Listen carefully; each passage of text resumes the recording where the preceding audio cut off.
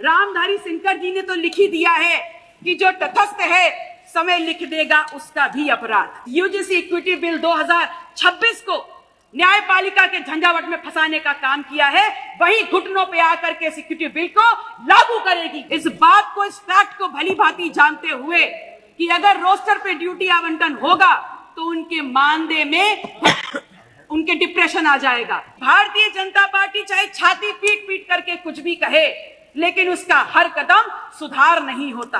पल्लवी जी, जी जी ठीक है, बोले। कि आपने मुझे बोलने का अवसर प्रदान किया। महामहिम राज्यपाल के अभिभाषण पर परम आदरणीय शिवपाल सिंह यादव जी के संशोधन प्रस्ताव पर बल देते हुए मैं अपनी बात को शुरुआत करती हूँ।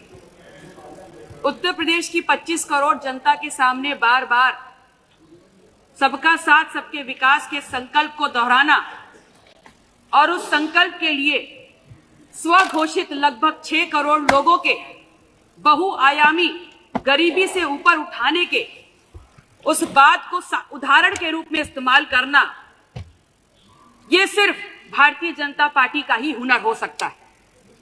माननीय अध्यक्ष जी, आपके मार्फत मैं भारतीय जनता पार्टी से ये पूछना चाहती हूं कि आपकी दृष्टि में बदलाव, सुधार, विकास और रिफॉर्म की परिभाषा क्या है?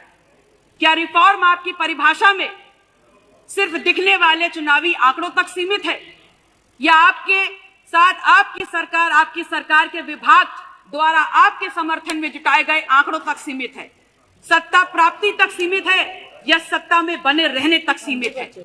क्योंकि किसी भी दृष्टिकोण से और किसी भी परिस्थिति में सुधार, बदलाव, विकास अंतर्राष्ट्रीय पटल पर झूठे आंकड़े या टॉल क्लेम्स करके आप छवि सुधारने को तो नहीं कह सकते, अपितु रिफॉर्म और सुधार वो होता है जो देश प्रदेश के आम जनता के जीवन, जिंदगी और जीवन स्तर के सुधार से संबंधित हो।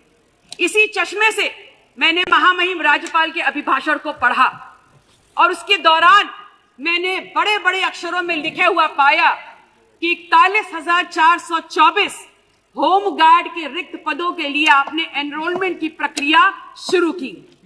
एक पल के लिए अगर मान भी लें कि आप कुछ बेहतर करना चाह रहे थे, तो ये कैसी बेहतरी है जहां आपके ही केंद्रीय गृह मंत्रालय के अधीनस्थ महानिदेशक नागरिक सुरक्षा, अग्निशमन सेवाएं, होमगार्ड नई दिल्ली इन्हीं जवानों को रोस्टर के आधार पर ड्यूटी देने का निर्देश देती है। इस बात को, इस फैक्ट को भली भांति जानते हुए कि अगर रोस्टर पे ड्यूटी आवंटन होगा तो उनके मानदेय में उनके डिप्रेशन आ जाएगा। इस बात को समझते हुए कि उनको एक आर्थिक संकट का सामना करना पड़ेगा, लेकिन उसके बाद भी बड़ी बेशर्मी का लबादा ओढ़ते हुए बड़ी सहजता से इसको भी सुधार के रूप में अभिभाषण में वर्णित किया गया है। माननीय अध्यक्ष महोदय, जिस बदलाव, जिस सुधार और जिस रिफॉर्म की बात हम कर रहे हैं, उसका उद्देश्य है न्याय, समानता और दक्षता। और भारतीय जनता पार्टी की सरकार ने इस रिफॉर्म के पीछे छुपे हुए उद्देश्य और विचार की धज्जियां उड़ा के रख दी। ऐसा हम इसलिए कह रहे हैं, अगर ऐसा नहीं किया तो फिर क्या कारण था कि इस देश की उच्च शिक्षा संस्थानों में समानता के भाव को उजागर करने के लिए जिस यूजीसी इक्विटी रेगुलेशन 2026 को संसदीय समिति के संस्तुति के बाद और कोर्ट के निर्देशानुसार पे यूजीसी बिल ने सामने लाया, क्यों आपने उसको ला करके सर्वप्रथम पिछड़ा और वंचित समाज को एक मुस्कुराने का अवसर दिया और उसके बाद सोची समझी रणनीति के तहत आपने सड़कों पे तनाव करने का काम किया और उसके बाद उसको न्यायपालिका के पेचीदा घुमाव में आपने फंसाने का काम किया। क्या मिला आपको ये करके? क्या हासिल किया भारतीय जनता पार्टी की सरकार ने? इस अधिनियम के लागू होने के बाद जहां वर्षों से चले आ रहे वंचित और अगड़ा समाज के बीच की खाई को पाटा जा सकता था, बड़ी सहूलियत से पाटा जा सकता था, वहां आपने इस खाई को और गहरा करने का काम कर दिया। ये तो बात वही हुई कि चित भी अपनी और पट भी अपनी। माननीय अध्यक्ष जी, जितना सवाल सरकार के ऊपर उठ रहा है उससे ज्यादा सवाल आज हम सब के ऊपर भी है, हम जनप्रतिनिधियों के ऊपर भी है, क्योंकि वंचित समाज उच्च शिक्षा में अपने सम्मान और अपनी शिक्षा के लिए आज तमाम जनप्रतिनिधियों की तरफ आशा भरी निगाहों से देख रहा है।